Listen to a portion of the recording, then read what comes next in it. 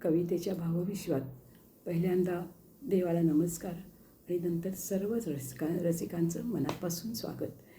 आत्ता आज आषाढी एकादशी आहे आणि गेले कित्येक दिवस माऊलींच्या गजराने सगळं वातावरण कसं पवित्र झालं आहे. त्याच्यामुळे आजचा दिवस खूप छान वाटतो आहे. पण इथे हा माऊली हा शब्द आपल्या सगळ्यांना माहिती आहे की केवळ आई किंवा स्त्री अशासाठी वापरला जात नाही. कारण आपल्या मुलांवर अपरंपार माया करणारी, त्यांचे गुणदोषांसकट त्यांचा स्वीकार करणारी, अतिशय प्रामाणिकपणे प्रेमच करणारी वात्सल्यमूर्ती म्हणजे आई, असा इथे आपण अर्थ घेतो. आणि त्या जागी पुरुषही असू शकतो, तिथे बाईच असायला पाहिजे असंही नाही. एक तुम्हाला गोष्ट सांगायची म्हणजे भक्ती, प्रेम ही जी असते माऊली आणि मुलांच्यात, त्याच्याबद्दल की आम्ही एकदा पंढरपूरला गेलो होतो आणि त्यावेळेला गर्दी फारशी नव्हती. विठ्ठलाची पंचामृती पूजा आम्हाला बघायची होती म्हणून आम्ही लवकर गेलो होतो. त्याच वेळेला तिथे एक साधारण कामगार वर्गातली असावी अशी एक 60-65 वर्षाची म्हातारी बाई तिथे आली.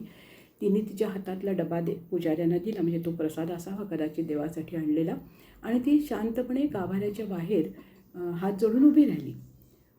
पूजेला जशी सुरुवात झाली आणि अभिषेकाला सुरुवात झाली दुधाचा दह्याचा, त्यावेळेला इतक्या आर्ततेने तिने हरिहरी म्हणून विठ्ठलाला साथ घातली की अक्षरशः अंगावर काटा आला. आणि असं मला वाटलं की अशी हरिहरी साथ मी तर घालूच शकणार नाही, पण मला असं वाटलं की पांडुरंगा तुझ्या आधी ह्या बाईच्या श्रद्धेला आणि तिला नमस्कार करावा.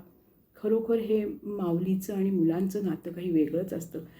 आणि ह्या भक्ती इतकी अतूट असते की त्याच्यात दुसरे काही विचार येऊ शकत नाहीत. तरीसुद्धा प्रत्येकाच्या मनातला पांडुरंग हा वेगळा असतो, हे मात्र नक्की.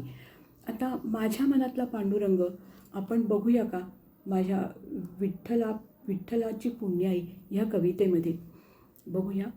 विठ्ठला थोर तुझी पुण्याई देवा, थोर तुझी रे पुण्याई, किती लाभले सुपुत्र तुला अन सुकन्या कितीतरी, नावे किती सांगू त्यांची, ज्ञानेश्वर तुकाराम, सोनार तू नरहरी, मळा शिंपताना सावता, घेई तुझेच रे नाव हरी, चोखा मेळा तो महार, सांगे थोर तत्वज्ञान, भाव मनीचा पहावा, नको वरची भुलावण, नामदेव होता शिंपी, दासी त्याची जनाबाई, संत एकनाथ थोर, तशीच ती बहिणाबाई, नावे तरी किती घ्यावी, किती वर्णू त्यांचे गुण, माणसाच्या हितासाठी केले जीवन अर्पण, अशा सुपुत्रांचा तू पिता, अशा सुपुत्रांचा तू पिता देवा, थोर तुझे रे पुण्याई, उद्धरल्या पिढ्या तुझ्या 42 देवा त्यांनी, म्हणूनच देवा तुला लाभल रे देवपण,